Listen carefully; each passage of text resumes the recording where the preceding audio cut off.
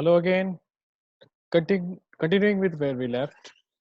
In political parties, this was the topic that we left yesterday. How can parties be reformed? And the first thing that we see of importance is this word called defection. It is in the 10th schedule.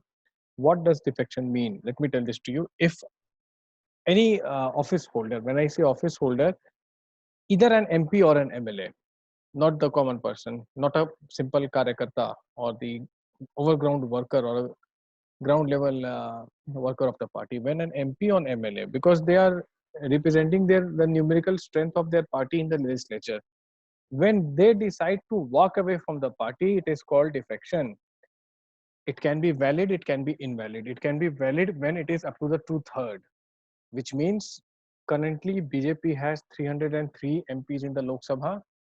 So if 303 multiplied by two-third, okay, if these many MPs leave BJP and join some other party, that would be a valid defection. If it would be less than two-thirds of 303, then it would be invalid and those MPs shall be disqualified and by-elections will be conducted on those respective seats for the remaining term. This is what the law is. So if two-thirds of the MPs are walking away, it means the party has changed. If less than that, that means the MPs or MLAs have changed, they are liable to be punished. They are defying the party lines. This is what defection is. The other thing that is suggest, this will improve political parties. People will join only ideological likes will be there in the party, and people will not defy the party line. That will not bring political instability. Second point that the book suggests, that Supreme Court passed an order to reduce the influence of money on criminals. Everyone has to give an affidavit giving details of his property and criminal cases pending against him. So me and you will know who is our potential MP or MLA, what the credential of that particular MP or MLA would be MP or MLA is.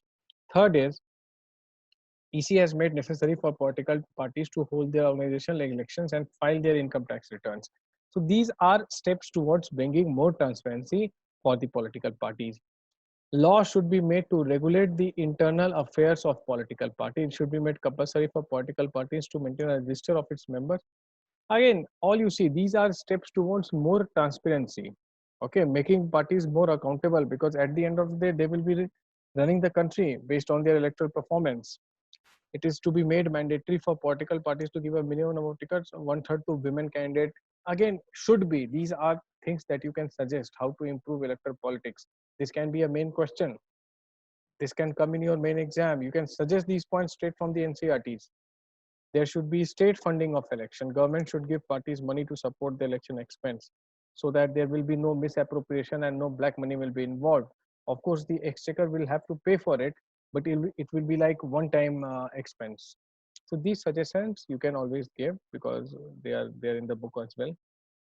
Now, this chapter ends here. Come to the next chapter, outcomes of democracy. What are the outcomes of democracy?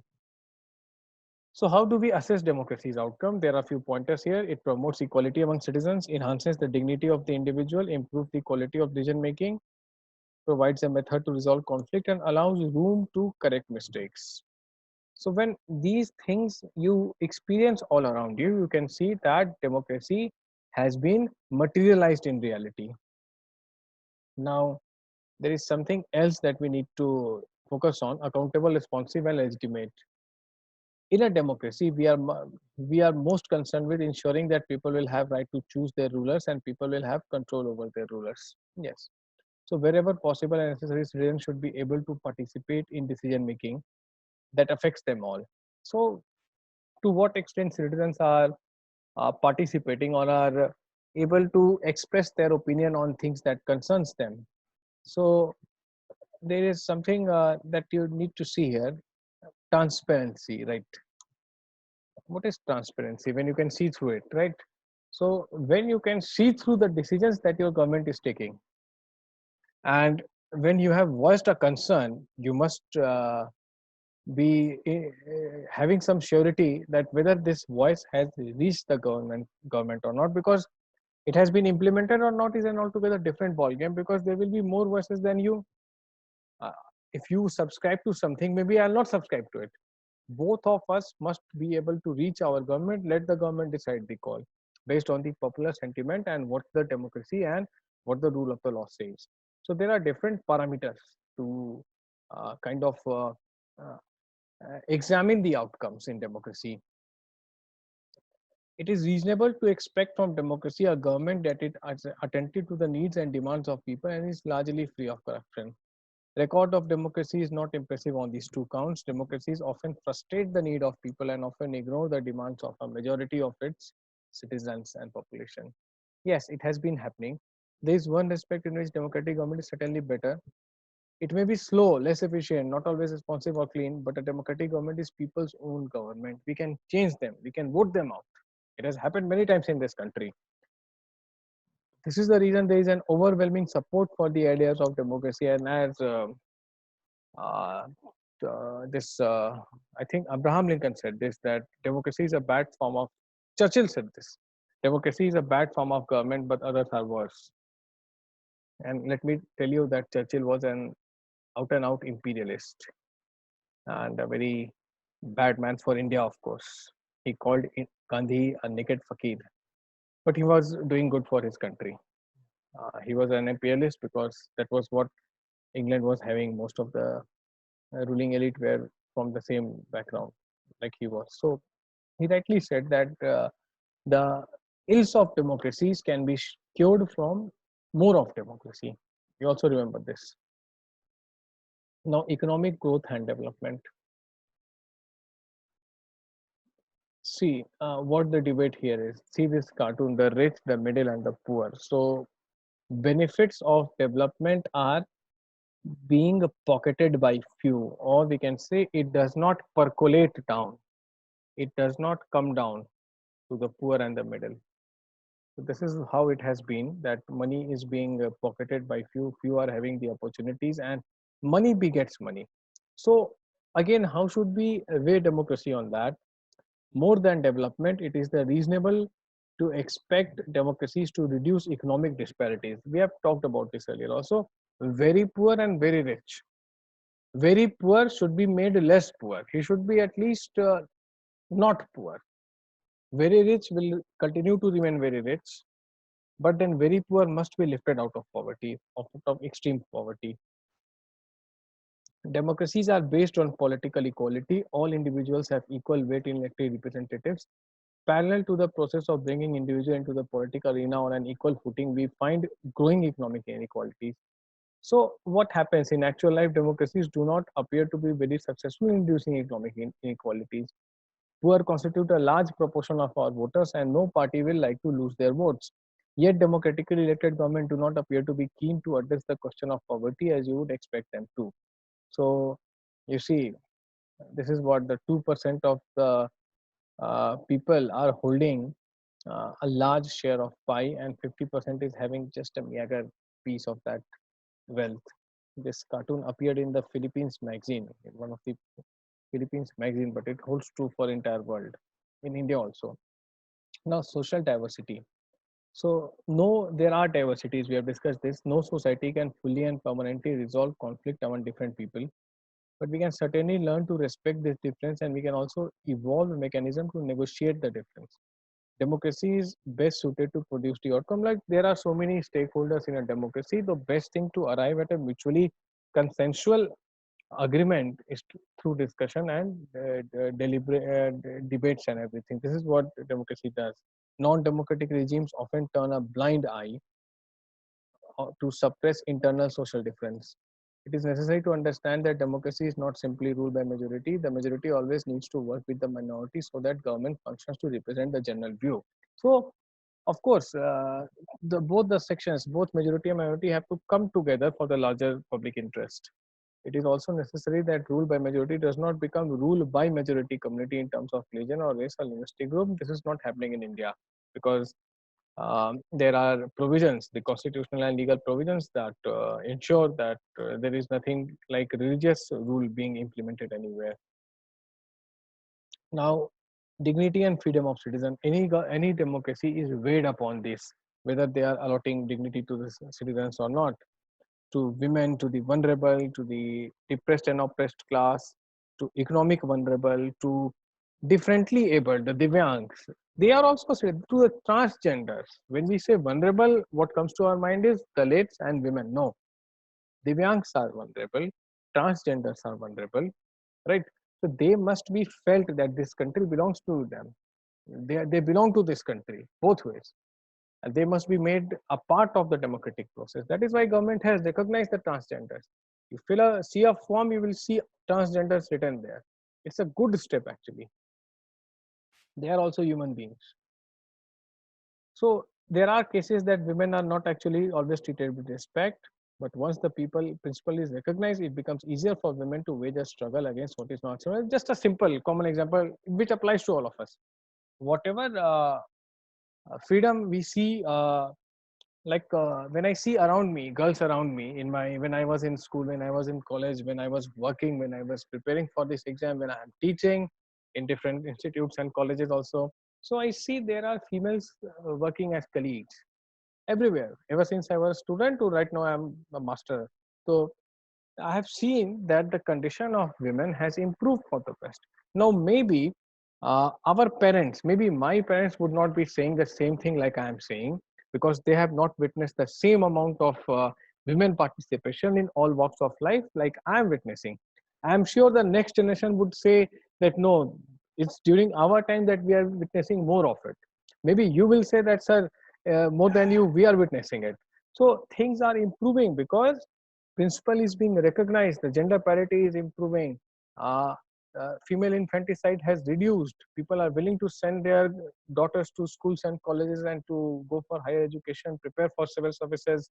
Okay, uh, there are many cases women have brought so much laurels to this society and country. The example of your city, Saina Nehwal, and then Saina Mirza from your city, and then Saina Nehwal, the badminton player from Haryana. So, the Saina Nehwal phenomena has acted as a big boon for the entire state of Haryana, which was witnessing an adverse gender ratio. So things have improved, things will improve. But only because we are a democracy, we allow these changes, progressive changes, to evolve gradually. In a non-democratic setup, this unacceptability would have legal basis, because the principle of individual freedom and dignity would not have the legal and moral force there. This is what democracy does. Democracy gives you a chance to voice your opinion, and if it is legitimate, the opinion will find its voice. It will be heard. It will be implemented in due course of time, not immediately, but in due course of time. Non-democracies will not allow you this liberty. So this is why expectation is from democracy only.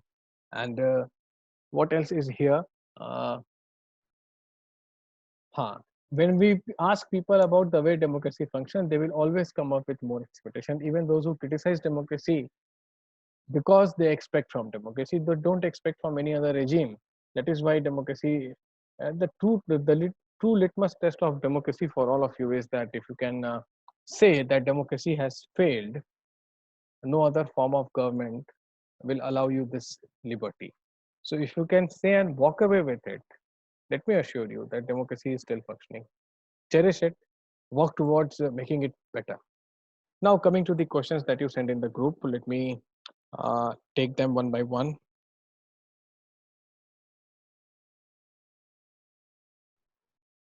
Anirudh has this question: difference between constitution and law, difference between fundamental rights and legal right. Are acts and laws the same thing? Krishna Kant has attempted an answer. Krishna, you are right when you say that constitution is the fundamental law based on which other laws are made. Yes. Again, we have to see Article 13 here, the judicial review provision. Constitution is the supreme law. Every other law has to be in accordance with the constitution. So Anirudh, your question, the difference between constitution and law. Constitution is a law. Law can be other than constitution as well. IPC is not constitution. CRPC is not constitution. TOTS is not constitution. Indian Contract Act is not constitution. Companies Act is not constitution. But they are several laws that I mentioned right now. All of them must conform with the constitution. They have to be in accordance with the constitution. They cannot violate the constitution. Next, different fundamental rights. And there are 6 fundamental rights. Other than any other right is a legal right. And example that Krishna has given is good one. Following the religion of your choice is fundamental right. Obtaining a driving license is a legal right. Yes. Okay. If you apply for your driving license, there are certain processes that you need to. You fill the form, you go there, you do a test ride, you are entitled. That's a legal right that you do. Okay. Right to property is a legal right. Through law, you can acquire property. You cannot say that it's my fundamental right that I will acquire property. It's my fundamental right. What did the Supreme Court say yesterday? Is any one of you aware of it? If not, let me tell you, and please learn to read these things in newspapers and news. Supreme Court has said that reservation is not a fundamental right. Now I know it pleases all of you, but then Supreme Court has said it's not a fundamental right, which means you cannot say that it is among those 6 rights. It's just a legal right. If the need be, so reservation will be done away with. When, we don't know, but currently it's not so. Supreme Court has only said it's not a fundamental right, it's a legal right. Act and law. See, act and law are synonymous. Once the presidential approval is obtained, it is either an act or a law. Both can be. CAB, Citizenship Amendment Bill, when it was being discussed in the parliament, it was a bill. When it received presidential assent, it is an act. It is now CAA. Okay. Act and law are same. We use these terms only when it acquires the presidential assent post being passed by the parliament. When it is being a proposed law is a bill. CAB, Citizenship Amendment Bill, because the discussion was going on in the House. It was a proposed legislation. It was a proposed act of legislation, a proposed law. Once it turns into a law after the presidential assent, it becomes an act. That is it. These are very, very fundamental things. If there are more such things, please put up in the group without hesitation at all. Please don't hesitate. Just put these things in group so that I will be more than happy to clear these. You imagine you have to study political science optional. You have to study entire Indian constitution and governance now that we are almost done with the NCRTs. And these are the simple things that you want to be confused with. How will you qualify for the exam then? So please prepare a list. Don't hesitate in asking questions. That is what I am here for. Okay. Take good care. We'll meet tomorrow and happy studying to all of you.